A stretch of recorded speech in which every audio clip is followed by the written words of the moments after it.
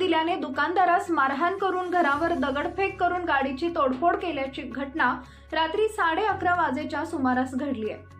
संदीप मधुकर पवार वय वर्ष 30 राहणार सातपूर गाव मटण मार्केट यांनी मंगळवार दिनांक 28/8/2024 सातपूर पोलीस ठाण्यात फिर्याद दिली असून 4 जणांविरुद्ध गुन्हा दाखल करण्यात आलाय। अधिक माहितीनुसार संदीप पवार हे दुकान बंद करून घरी गेले असता त्यावेळी आरोपींनी फिर्यादीकडे दारूसाठी पैशाची मागणी केली, मात्र त्यांनी पैसे देण्यास नकार दिला। यामुळे आरोपींनी फिर्यादीला शिवीगाळ करून मारहाण केली, तसेच हत्याराने मला व भाचा शुभम बोराडे याला गळ्यावर व डोक्यात वार केला, तसेच उभी असलेल्या गाडीवर व घरावर दगड फेकून आर्थिक नुकसान केले। या प्रसंगी संबंधितावर कडक कारवाई व्हावी व झालेल्या नुकसानीची भरपाई द्यावी अशी मागणी पवार कुटुंबियांनी केली आहे। महाराष्ट्र क्रांती न्यूज साठी मुख्य संपादक प्रकाश बागुल, नाशिक। तुमचं